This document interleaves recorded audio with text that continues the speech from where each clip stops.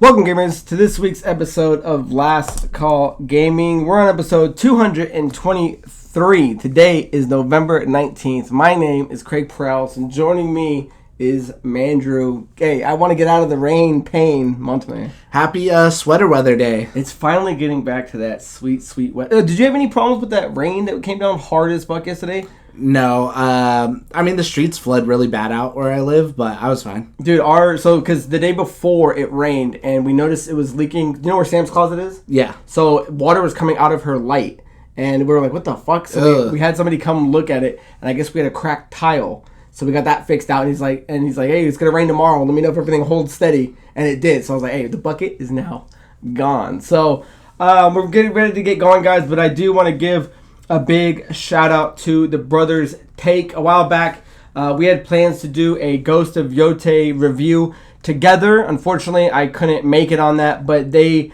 their show went on, and it's a fantastic review of Ghost of Yotei. So make sure you guys definitely go and check them out. And what breaks my heart, unfortunately, is they are on it's the beginning of the end for them, and they are doing their final march to, I believe, the end of the year for their podcast. I know they have greener pastures on their horizons, and they have other projects that they want to do. But I always love the Brothers Take, and if you guys get a chance to check them out, I'll leave a link in the description. But it's a sad day to see someone go, especially when they've been doing it, I think, just as long as us, and we were about around the same episodes. Andrew and I missed some here and there. They're religiously every week, so eventually I believe they eclipsed us, or surpassed us. But it's sad to see a fellow podcaster channel and show go. Yeah, I always really enjoy their stuff too, and I know a lot of times I sit on here and I shit on the Irish accent, but I'll listen for them. Yeah, so guys, go ahead and check them out if you give them a chance. So, and again, make sure you look at their Brothers Take Ghost of Yotei review. So, if you guys are watching us on YouTube, make sure you like, comment, subscribe, share, hit the notification bell. If you guys are interested in following us on any of our social media, our Linktree link is in the description. You can catch us on Facebook and Instagram. And if you guys are listening to the audio-only version of this podcast, you can find us on your podcast platform of choice. So, before we get into our main topic, we're going to do Off the Top, and that's where Andrew and I kind of take some smaller stories. I mean, they were bigger at the time, but since we're kind of on a bi-weekly schedule now, they've already happened, and I'm sure you've heard of them, so we're just going to shed some light on them so we can make sure we have it on the record for our opinion. So the first one is that the Super Mario Galaxy trailer just recently dropped. There was a teaser a while ago, but the first full-length trailer dropped, and if you aren't familiar with it, the Super Mario Galaxy movie is an upcoming American animated adventure comedy film based on the 2007 video game Super Mario Galaxy and Nintendo's broader Mario franchise. The sequel to the Super Mario Bros. Movie, it is being directed by Aaron Horvath and Michael Jelenic and written by Matthew Fogel. What's nuts is I keep forgetting the release date is for April 3rd of 2026, so yeah, it's just in a few months. It came out, it looked fantastic. Clearly the two big things that everyone's kind of buzzing around is that there's two new characters that you get to see. You have Bowser Jr., who's being voiced by Benny Safdie, and then you now have Rosalina being voiced by Brie Larson. So overall, thoughts of how the trailer looked? What'd you think?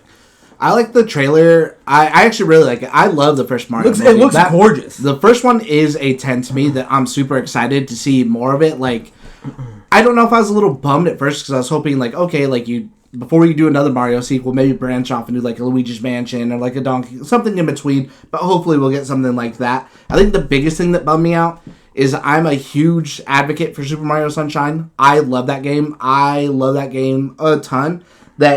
Spoiler alert for the trailer, they've taken parts of it and put it into here. Like what, for example? Because I looked at it and I never played Sunshine, so what would somebody that's not familiar with it, like what are they pulling? So Bowser Jr. is introduced in Super Mario Sunshine. He does still wear that bandana when you fight him, and he does use a paintbrush. But if you're unfamiliar with Super Mario Sunshine, pretty much Mario goes on vacation with Peach, but when they get there, there's like all this like weird goopy paint stuff everywhere. And what Bowser Jr. has is he has like this that paintbrush that he has himself almost looking like a dark version of Mario. So that's what he's using in the trailer. That's what that's from. Yeah. Okay. And at first he's using it to make himself look like Mario, though. So a lot of people, the villagers and stuff, are confusing him. So Mario gets like arrested and sentenced to jail time, and he's supposed to be doing all this community service, cleaning up and stuff. while trying to catch the Shadow Mario that's running around, and eventually you find out it's Bowser Jr.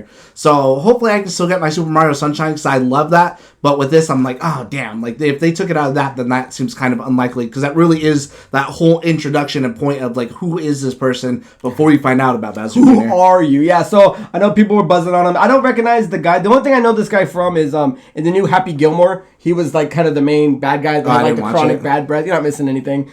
But then obviously you have Brie Larson as Rosalina. I don't think she says anything in the trailer, just kind of like a little But her fight scene looked awesome. Like when she pulls the wand out and she starts battling the machine, because that machine they have, I believe, is from Mario Galaxy 2. And so they made her look pretty epic. There's obviously the scene you see Mario, I believe it was Mario and Luigi racing on the bike. So there's going to be a little more Mario Kart in it, I think. But overall, man, it looks good. And it keeps blowing my mind that by early next year, we're going to have Mario Galaxy, because the number one made $1.36 billion. So it wouldn't surprise. Do you think this one's still going to make $1 billion, or do you think maybe the lore is kind of maybe waned off a little bit? Still an $800 million movie minimum, but I think it'll still do insane numbers. If anything, probably better, because the first one was so good, and a lot of people were thinking it's not. But I mean, why make billions when you can make millions? I will say, so far though, even after watching the trailer, obvious star of the movie, Jack Black's Bowser. Yeah. Just even in that little bit of a trailer, I'm like, it's just so perfect, so funny. Yeah, I just love it. They did another thing too, where he, even in the first one, where he opens up the trailer with when he's fighting the penguins, they open it up with this one, and clearly they're leaning on a lot of that comedy. I love that it seems like he's kind of going insane. Yeah. I love that he's kind of boys with Luigi, but he's just like, hates Mario. Yeah. So, that looks like it's going to be a lot of fun, and I'm sure when we get the next trailer, we'll probably talk about it one more time before it's all said and done. So, leave your thoughts down below what you think of Mario. Speaking of Nintendo movies, they also just released Legend of Zelda movie set pics. If you're not familiar with that, The Legend of Zelda is an upcoming fantasy adventure film based on the Legend of Zelda video game series by the Japanese company Nintendo. Now, it's directed by Wes Ball. The release date is a little further back, though. It's going to be May 7th, 2027. Now, from what I was seeing, because the day before they released, there was a lot of set pictures that were released from like somebody's camera phone. It was like Zelda by a horse. It was a couple other little things. It was like Impa. Yeah, and Nintendo got ahead of that and released some like official pictures. And I gotta say, man, they look fantastic. There's the one of obviously of Link and Zelda kneeling down. They look great. As far as the tone goes, man, this looks like something that is. It captures what Lord of the Rings kind of captures. It captures the authentic tone. Yeah. As far as the outfits go, this looks like classic Link, but you know Zelda way more than I do. Is this more of a Tears of the Kingdom Zelda look? That's what I was gonna say. It's hard to kind of pinpoint in a way where Link's from, because you can put on different outfits from different times. But Zelda is wearing her like Tears of the Kingdom, Breath of the Wild style like outfit. So I don't know if they're going to be like adapting a story from that. I don't know logically where you would start with this game, because even Nintendo seems to get confused with like their own timeline. That's hard to be like, oh, we should start with Ocarina because it's the most popular game, but A Link to the Past is like before that, or yada yada yada. Maybe something brand new altogether. That would probably be the best place to start, and just I hope what they do is they just take the movie and it's just its own universe and don't try to fit it somewhere into the narrative of the games. Yeah, well, there's still people, again, and I can hear why, but after seeing the pictures, I am comfortable with the live action, that people still kind of want a CGI version. Do you think the case is closed? Do you think this looks good enough and it's put to the bed? Or do you think there's still something out there that makes you want maybe a CGI version, like just like how Mario's kind of doing it? I don't see why we couldn't have both. I think so too. Yeah. And one wouldn't have to be like, if you really don't have that kind of faith in like a CGI thing, don't put it out in theaters. You could put it on, there's tons of streaming service. There's tons of stuff that do huge on a streaming service. Make a Netflix deal or a Disney deal or something like that. Yeah, and as far as I think so too. I think now that I'm seeing more of it, because I did always like the actors. So you have Bo Braggerson as Princess Zelda and Benjamin Ainsworth as Link. There was a lot of criticism going around the acting choices. There was a lot of fan casting that was going around that was getting kind of some bad mouths once they picked the actors that they did. They look good. I think they look fantastic. I don't really know Bo Braggerson from much, but Benjamin Ainsworth, I did see him in the Haunting House of Bly or something like that. It was a scary, like a ghost show on Netflix. And then there's a show called Son of a Critch on Netflix as to where it's a comedy. So I've been watching a lot of this kid, man, and he looks fantastic. So I'm super happy with the choice. It does suck it's going to be 2027, but it is nice to see that they're getting it's going. It's being filmed, and so far so good. Well, hopefully it'll be better than some of the latest Resident Evil stuff we've been getting. So, classic Resident Evil. So, guys, leave your thoughts down below for what you think of the Legend of Zelda pictures. Now, this potentially could be a main story, but I'm going to keep it with off the top because it did launch a little bit ago, and there's not a lot out on it yet outside of the specs. But the Valve has announced their next-gen Steam machine. And they're saying it's over 6 times more powerful than the Steam Deck, but there's no price yet. So let me read this to you real quick, just to kind of catch you up if you haven't seen anything on it. It says, Valve has announced a return to its Steam Machine PC console hybrid hardware alongside a new version of the Steam controller. As part of a big day for Valve hardware announcements, Valve confirmed the next-gen Steam system and Steam controller features and specs, but failed to announce one key piece of information, the price. We do know, however, that the Steam Machine comes with 512GB model and a 2TB model, and will ship in a bundle with Steam controller as well as a standalone at some point in 2026. Now to go on, because I did find this interesting, it says, it's an interesting move from Valve considering the original Steam Machine range, so they did attempt this once before, was released 10 years ago on November 2015, was considered a failure. The initial idea was to release a small form factor gaming computer that operated Steam operating system and offered a home game console-like experience.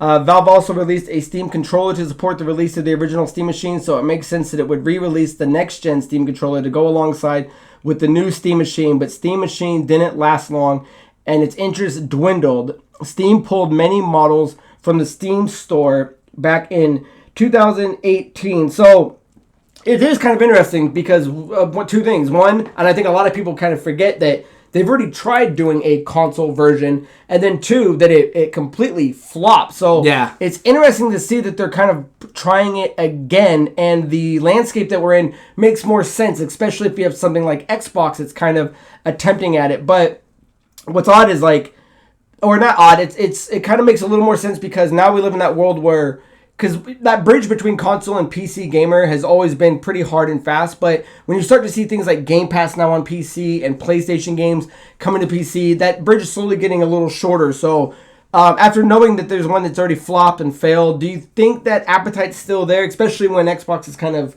coming around the corner and doing something similar? Is there room for this? Is this the next big guy?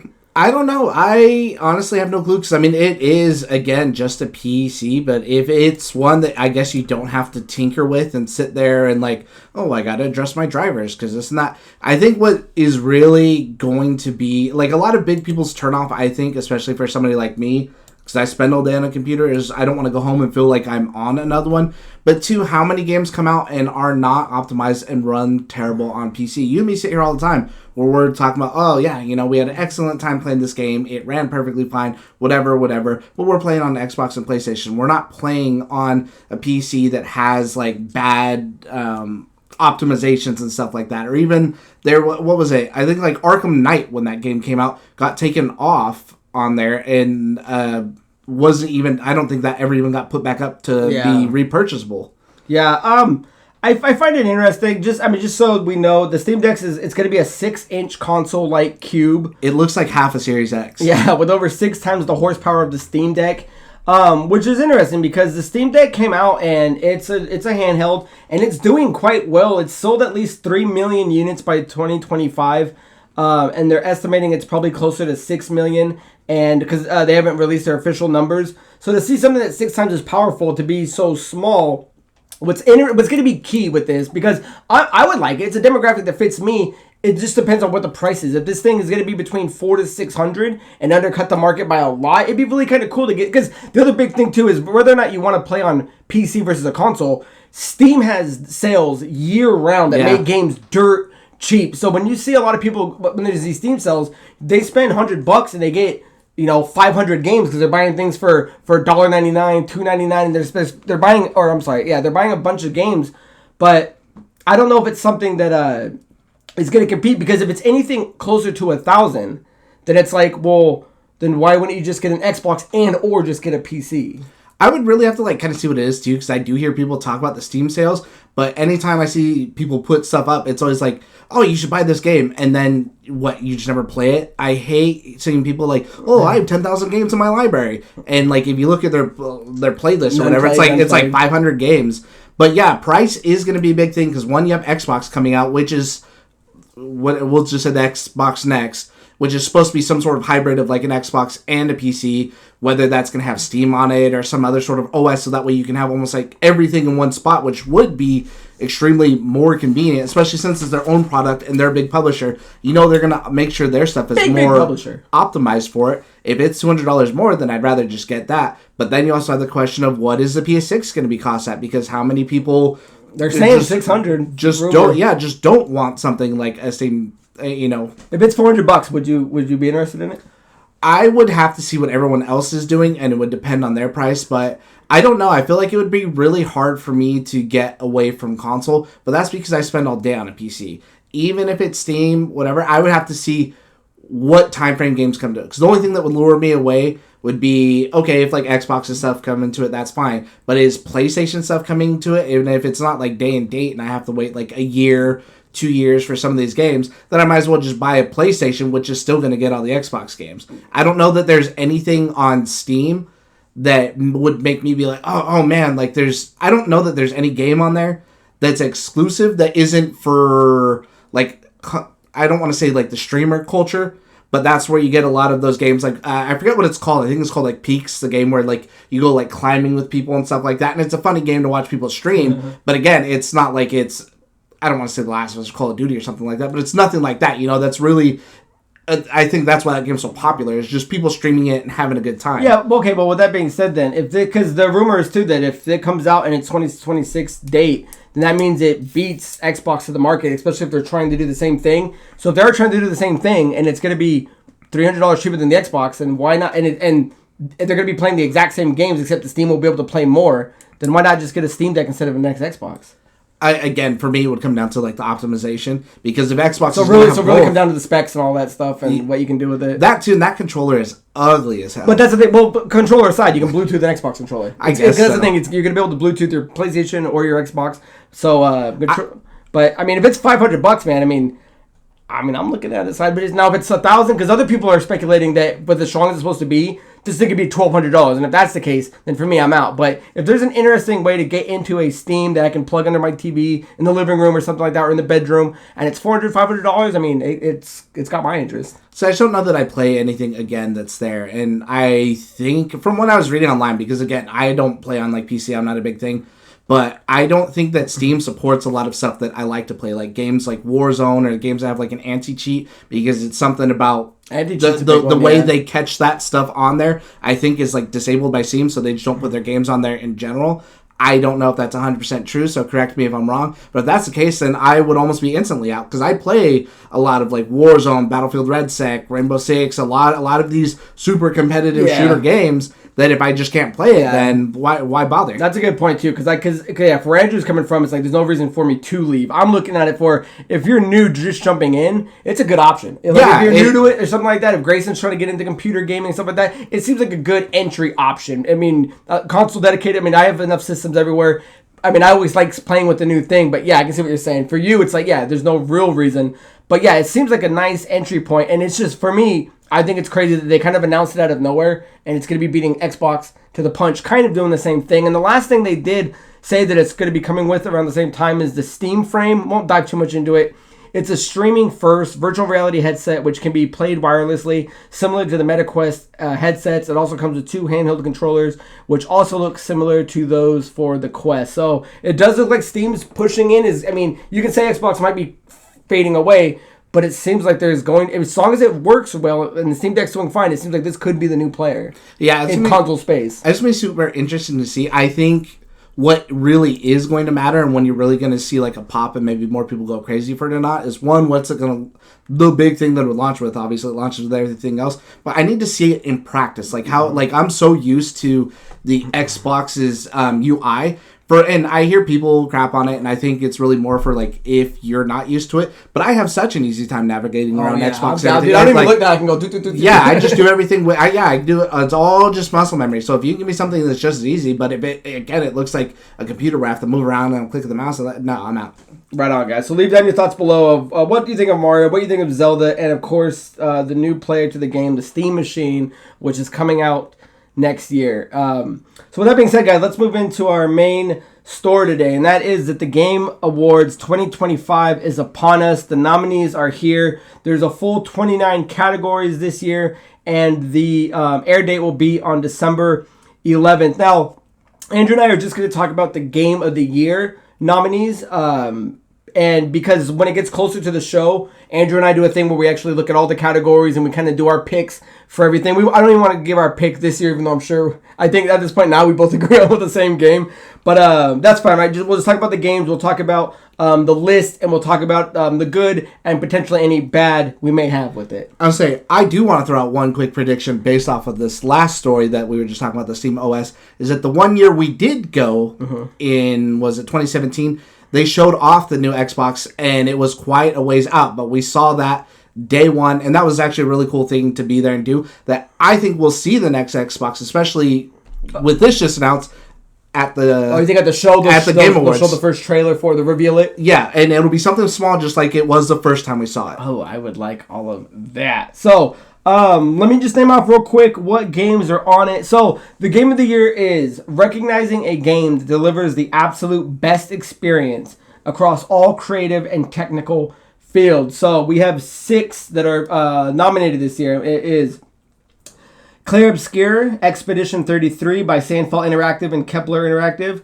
Death Stranding 2 On the Beach by Kojima Productions and Sony Interactive Entertainment, Donkey Kong Bonanza, which is by Nintendo, Hades 2 by Supergiant Games, Hollow Knight Silksong by Team Cherry, and Kingdom Come Deliverance 2 by Warhorse Studios and Deep Silver. So, I gotta say, it's an interesting lineup. I'm not totally in love with it, but it is kind of weird because generally Andrew and I, between us, usually play and beat most of the games on the Game of the Year.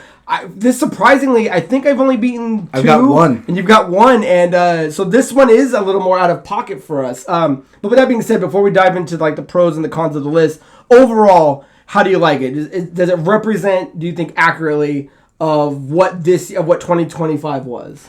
I know that you're going to have a different opinion of it, but I thought the list was perfectly fine. I think it spoke to me. I could see a case for every game being up there. When it gets Craig's opinion, there's one that I could totally see switching out. But I thought it was fine. But even if I wasn't crazy with the list, to me, there's one game that I just seen hyped up over everything else, and we'll get to that in a minute, that it doesn't even matter what anything else is. Yeah. So I'm claiming my stake. Yeah, I think so too. I think the list to me is half right, half wrong. I mean, I'm not against anything on there. They did make their mass appeal to everybody. I mean, it has its followers. To me, there's a couple games that I think, or at least one game for sure, that's missing on this list, and I'll get to that in a second. But overall, I think it's really nice to see. Well, we'll get into good in a second. We'll get into good right now, but let's start with actually,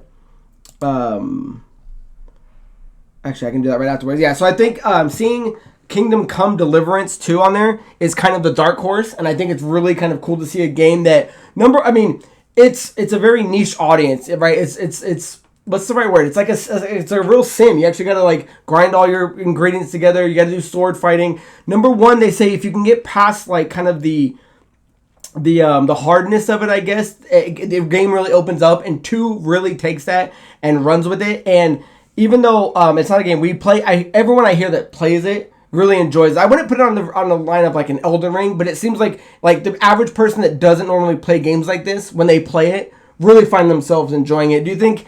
I think it's on Game Pass. So if we do want to give it a try, I think it's on Game Pass.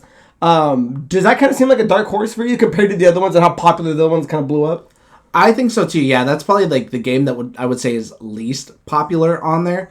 as far as what you see and like their like cult following for crowds and stuff like that, unless we're just reading it wrong. But for sure, like that game, that was the one that I was like, okay, well, like I didn't really see that being on there, but I guess I could totally understand it. Yeah, and then obviously the big dog that is coming is Expedition 33. Hit him with it, Greg. So Expedition 33 has gathered up a whopping 12 nominations, setting a record, the most ever collected by a single game in the Game Awards history. In addition to Game of the Year, it's also up for Best Direction, Best Narrative, Best Art Direction, Best Score and Music, Best Audio, and Best Independent Game, Best Debut Independent Game, Best RPG, and 3 of its actors are nominated for Best Performance. It's hard to even put into words because the game is fantastic, but when it's a brand new game that kind of pumped blood back into Western JRPGs, it stole the show. I hate right now that there's so many people, they're like, oh, the people hyping up Claret Obscur, it's almost like you're out of the know and you're just trying stuff for the first time. It's almost like a Western person finding really good sushi for the first time in their life and acting like they reinvented it. It's like, no, they didn't reinvent it and they're not making it popular, but they took something that I don't feel has been insanely popular and perfected it. You don't have to reinvent the wheel every time, and you don't have to be this thing like Final Fantasy VII, but a lot of people would put it, like, I'd put this game in my top 10 favorite games of all time. It was that good. Yeah, it's one of these things where if you could say all the naysaying about it, but yeah, it didn't reinvent the wheel. What it did was, in a world right now where there's so many jank, garbage RPGs, this game is like, no, this is how you do it, and this is how you do it correctly. Yeah. And this is how you get people who've never played RPGs to bring them back into the fold. So, I mean, this is the game. Like when we look at some of those other ones, and I don't hear a lot of people talking about or playing them.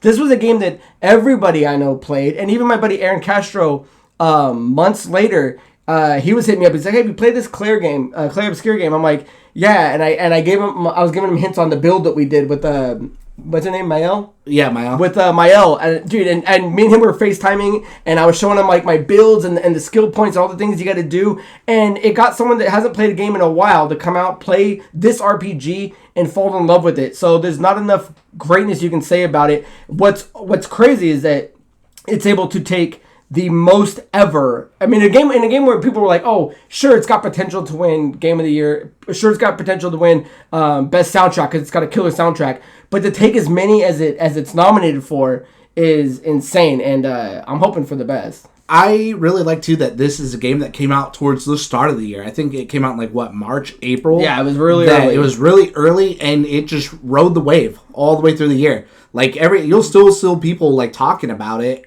all the time. Like go into any sort of forum, go into the comments of any of this stuff. Grammys and stuff like that. I think a lot of people are saying like, oh, it should be up for, but that would be remain to be seen, because I think the Grammys are like a year behind, so it wouldn't even be eligible for something until next year. But it's just that good that people are like, man, this thing needs to be seen by as many people as it can. And dude, if they did, I don't know, I'm sure they've started them, but if they did like Expedition 33, like a concert, like an opera kind of thing, I would love to go see that. I was gonna say, what would be really cool too is usually Geoff Keighley does bring up people to do like music, and generally it's from a game for their live performances. So it'd be cool for them to get the team behind the audio to get out there and do something like that. Would be stellar. Yeah. So. That's the good. And again, I think every game, I'm proud that these games are on there, because for somebody, these are their favorite games of the year. As far as I would go for the bad, I feel like Split Fiction should be on this list. I don't know how it's not. And the only case I'll make for it, because I don't want to whine about it, is when you look at a game, especially when the studio made It Takes Two won Game of the Year 2 years ago, because I think Astrobot was last year. Yeah. Or maybe it was the year before. When you've got a game like Hades on there, because Hades 1, I believe, was up for Game of the Year in 2020, didn't make it. Where Hades 2, from what I was reading, it didn't add a whole lot more. It adds a new level, it adds a couple new mechanics, it's a new coat of paint, and it's getting nominated. And then you have Hollow Knight Silksong, kind of the same thing. I know the first one's beloved. The first one wasn't even nominated for the Game of the Year, and now number 2's on there. And I know it's a really hard, difficult game, but I know a lot of people have kind of fallen off on it. So if you're looking at two games that are just updated versions with better mechanics, then it's weird that a game like Ghost of Yotei isn't on there, because Ghost of Tsushima was a frontrunner for Game of the Year when it came out in 2020 or 2018, 19, whenever it came out. So for two games that are just updated mechanics and, better running, for me, to see that Split Fiction, which came out and did a whole new concept, a whole new idea for a game, because I have it written down. The story and the characters weren't really anything for me. They were really generic. From a point, especially if it's saying the absolute best experience across all creative and technical fields, you cannot tell me that the level design in Split Fiction was insanely creative, insanely cool to watch and to play. The creativity is on a whole nother level. The co-op is what was really cool, because obviously you see things like that in It Takes Two and A Way Out, where there's two different players playing simultaneously, so you can play the game twice and get a different experience out of it. With the two genres that are in Split Fiction, of course being sci-fi and fantasy, it is beyond different. So if you do play with somebody else, it is a whole other game. So for me, in when a lot of games have a hard or get busted, and it came out with no problems, no bugs, it ran perfectly fine. To me, I have it written down. They perfected impossible in that type of world. They're the best at it. So I feel, I mean, I could call it a snub and I can cry about it, but when there's two games on there that are just updated, better versions of the predecessor next to a new game that had the best experience across creative and technical fields, and that's the definition of how to get in a game of the year. I feel Split Fiction is a game that I just don't know how it didn't beat out at least Hades 2 for me, because between Hollow Knight and Hades, I feel Hollow Knight had a lot more buzz going around it. And say Hollow Knight is a lot different than the first one, especially as far as like gameplay wise goes. But those games are like very passionate. That's like Souls community level passion. Sure. I know it has its fans and its community, which generally win usually when it's up for like a nomination or something. But even I kind of fell out of it too, because I was just like, this just ain't for me. But did you beat number one at all? I made it, I think, like halfway through, and I was like, okay, like I'm just kind of over this. Not that it was like too hard, but I kind of was trying to do everything, and maybe I just went to areas where I was underleveled. But I'm just like, okay, like I was maybe wanting a different experience. Like at least when I play Dark Souls or some of these other games, like I'm not just beating my head against a wall. I'm like, okay, well this isn't working. Let me try a new strategy. There's not really too many other strategies. You just hit the boss. It's not like there's other weapons or magic or anything. And that's not to say that that I can't just do one thing. Because like I 100%ed the year that we went. Sekiro was my personal game of the year. And that is not like the other Souls where you just only have like one strategy to get through that. Or it is just like that, where it's not like magic. There's not all these different weapons. There's different techniques and stuff you can do. I just feel like there's just more options for the flow. This was just, it just wasn't there for me, and I kind of fell out of it in a while. But I did love the time that I did have with it, like the atmosphere. It's very Souls-like, the way they tell the stories, the ambiance. Like I really actually do love everything about it, and it sucks that I want to get back into it, but I'm like, there's just so many other things that's like I just don't want to sit here beating my head against the wall with this anymore. And again, that's probably my own fault, because I am trying to do other stuff that I shouldn't be doing yet, that it's just too hard, and maybe I should come back to later. But it's like, okay, well, like I don't want to just sit here and keep doing what I'm doing now. So do you have any bad at all? Or do you think this list is perfectly fine? Is there anything you see not getting any love? Because we'll kind of see it in more other categories. But I thought Mafia Old Country 2 didn't get any, like, got nothing for like narrative, got nothing for direction. I feel like even Mafia might have been a game that I would put somewhere on this list. I don't know if it would bounce. Again, without playing a lot of them, it's hard to say. But like a Kingdom Come or something, like even maybe a Mafia, I feel like could have been something that was maybe a little missed out on. Because if you're putting Hades and Hollow Knight, then Ghost of Yotei should be in there. And if it's not, then for sure Split Fiction beats out something to me with just updated mechanics. But that's all I'll say for it. Is there anything you think is missed out on that? Is there any game you played this year that maybe should have gotten a little love? I don't know that it's snubbed, because these other games do look good and maybe they are better, but I would have liked to see like Indiana Jones up there. Is that qualified for this year? Yeah, okay. Yeah, because that missed, because that came out in like November last year, so it had just missed the cutoff. And again, it's such a long time ago that, you know, people forget. But I thought Indiana Jones was really good, especially with a property that it's not like it's on fire. It's not like they took, I don't know what's hot right now. It's not like they took, name something. I don't know. You watch more TV than I do. It's not like they took whatever the most popular TV show is, and they're like, okay, here's a game. Indiana Jones hasn't been popping in years. Like a new Peaky Blinders game? Yeah. Like, Indiana Jones has not been popping in years. And this might catch some flack, but I'm going to throw it out there anyways. Arc Raiders did not get snubbed. It is not that good. I've been playing it, and it ain't Game of the Year material. It is not that good. Oh. It's cool. I have fun playing it, but it is not like, oh man, I have more fun playing Battlefield. I'm glad it's not on there. Yes. Because I know a lot of people were saying that too, and it's weird because in a world where there used to be really good Call of Duties and really good Battlefields, they were never even close to being nominated. So why is this extraction? It's an extraction shooter, right? I think so why out of nowhere is this game getting the buzz of going like, oh, well, this should be up here? It's like, okay. I don't know. I think the last multiplayer game that won was like Overwatch and maybe like 2016. I think Modern Warfare, when it was good and actually got rebooted, is it 2019? I think that might have been up for a Game of the Year. And that one was actually really, really good because that's when Warzone came out afterwards. But not for Game Awards, popping. Though. No, I think it was. As Game of the Year? I think it was. Oh. But either way, I loved it. I would have put that personally up there as one of like my Game of the Years or whatever. But Arc Raiders, yeah, it just ain't that good. It could be best multiplayer, but sometimes it's multiplayer centric. That's all it like really is when you're out there in your PvP, PvE. I don't think like the story was that good. Even if the gameplay is good, like it has to be. I feel like it really has to be like all encompassing to be in the Game of the Year. You can't just have one side of a coin that okay, this side's a 10, but the other side's a 2.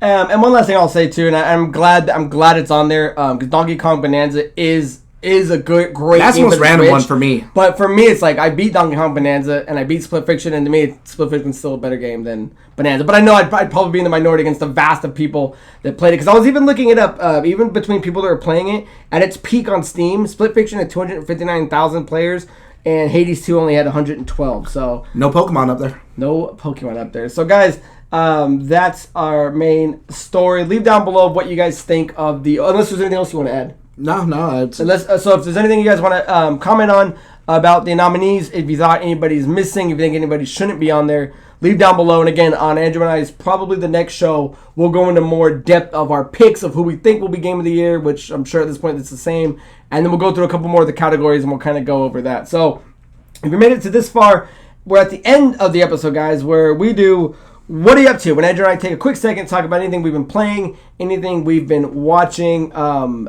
ahead, Andrew. What do you got? At the end of October, something I've been watching, but it came out as a game, is the Mortal Kombat Legacy. And that came out, I think it's like Mortal Kombat 1, 2, 3, 4, like Deadly Alliance, like pretty much like all the Mortal Kombats, I think like up to like 9 or something. But it's got a lot of like the other versions on there too. It's like it has like the Game Boy versions of like Mortal Kombat, the arcade versions, the home console, the Genesis, and the collection has all this. Yeah. It's got like all of them. I don't know how good it plays. I don't know how good it plays because I haven't played it, and I'm not that good at those like older Mortal Kombats before they develop like the fighting styles and stuff. But within it, there is bite-sized chunks of documentary. Now, it starts from like the first one up till 3. There is so much cool stuff in there. If you go on YouTube, there is a lot of people who put it in chronological order, and you can watch it. And there's like almost like 5 hours of nice. Documentary footage. The whole thing's out on YouTube? Yeah. I've seen a couple people like upload it, and it's so good. Because as me, I feel like the guys there at Mortal Kombat, at NetherRealm, before they were NetherRealm 2, have always done, like, if you've seen any of the other Mortal Kombat documentaries, it seems like they really enjoy doing that, like, behind the scenes stuff, and not to, like, gratify them, but, like, really show off the process of how they came up with stuff and everything. So I actually really like them. There's some really, really good ones out there, but it's got a lot of, like, modern stuff in there. It has a lot of, like, really old interviews and a lot of behind the scenes stuff like that I don't think, there's a lot of stuff in there that I haven't seen. Like, one of the coolest ones that I was watching is, they're showing the dude off for Scorpion, and this is for Mortal Kombat 1. So, again, this is like 1992. So, I think it's Daniel Bacina who's doing it. So, they have him out there, doing like the punch and stuff, and then you hear Ed Boon talk to him. He's like, hey, obviously because he's not a martial arts guy, he's like, do ninjas use something that would have like a rope or something to bring someone closer to them?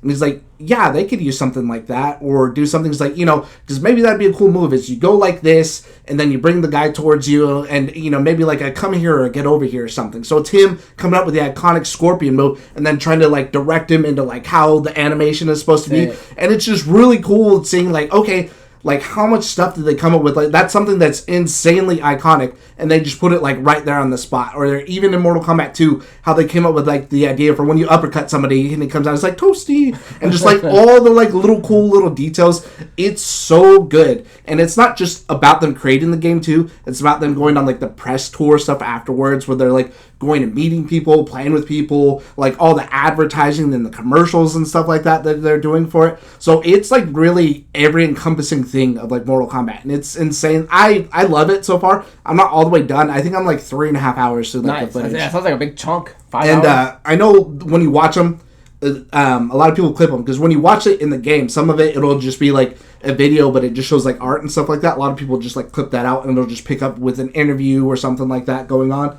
As far as playing anything, I've been playing a lot of Battlefield 6 is Warzone style gameplay, and that is RedSec. I really like it a lot. It's really, really good, especially right now too. I have not played Warzone because it's just so stale. They haven't done any updates. They haven't really done anything to pull me in. I haven't even started playing Black Ops 7 yet, because that's how over Call of Duty I am right now until they get their shit together. So I've just been playing Battlefield 6 a ton. And as far as single-player games, I've been dabbling in Outer Worlds 2. It's kind of hard to jump in right now because I do have, like, the baby. But every now and then I just try to get in. I try to get in, get a few hours done. And I'm really enjoying it so far. I have, like, a good time. I don't know that I care for your, like, NPC partners that are with you, because I'm like, these guys I feel like are kind of stale. Maybe there's going to be better ones later on. But I'm at least enjoying the world and kind of these factions that are, like, warring, and just, again, it's nice to play something overall from them that feels, I don't want to say like Fallout New Vegas, but this definitely feels way better than Starfield. Yes. How come it wasn't nominated for Game of the Year?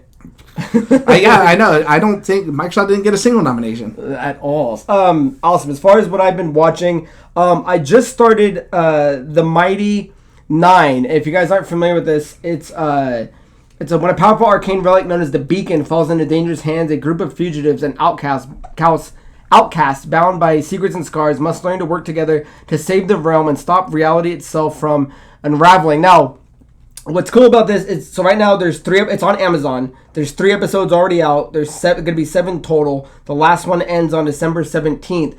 But if you're a fan of Vox Machina, this is part 2, essentially. So, for those of you who aren't kind of familiar with it, Vox Machina is a show which is a spin-off from the D&D online group Critical Role. So what they do is they go online and they play an actual game of D&D. It was so popular that they made it into a show, and all the guys that played D&D are all voice actors, so they all voice acted their own characters on Vox Machina. Now, this is based on, that was their first campaign. This is based on their second campaign, the first being Vox Machina, and so as far as the timeline goes, it's set roughly 20 years after the legend of Vox Machina in the world of Exandria. Now, because I was watching it this morning, and I'm on episode, almost done with episode 2, and I thought it was just existing in the same world. It was going to be all new people. When I started hearing their voices, I'm like, oh, it's the same guys. I didn't know that it was their second D&D campaign, but they're all playing new characters in the same world as Vox Machina. Now, you don't have to watch Vox Machina, as far as I know, to understand it, because it is going to take place, but you will see some references. So, Dante, a Geno, a Denny. I know we all love Vox Machina. Did you ever start Vox Machina? No? I know you'd love it. I'm sleeping. The ending, dude, was so... Dude, there's this badass... giant demon that fights this dragon at the end. So if you were waiting for more of that, because Vox Machina did come to an end, check out The Mighty 9. It's so far so good. As far as what I've been playing, I didn't have this queued up, but earlier today I sent the Snapchat. I don't know if you got it. I just beat the game The Keeper on Game Pass. Oh yeah, it's where you play the lighthouse. It's an okay game. It's a really cool visual to look at, and it's got some cool music. But it's really just this walking simulator as a lighthouse, and you got to solve some puzzles that can kind of get annoying at times. There's no real boss fights.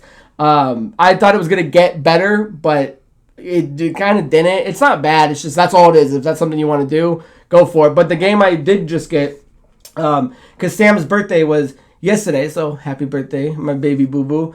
It came out on her birthday. I bought SpongeBob SquarePants: The Titans of Tide, which was released on November 18th. Developed by Purple Lamp and published by the THQ Nordic. It is a 3D platformer where you play as SpongeBob and Patrick to save Bikini Bottom from a conflict between the Flying Dutchman and King Neptune.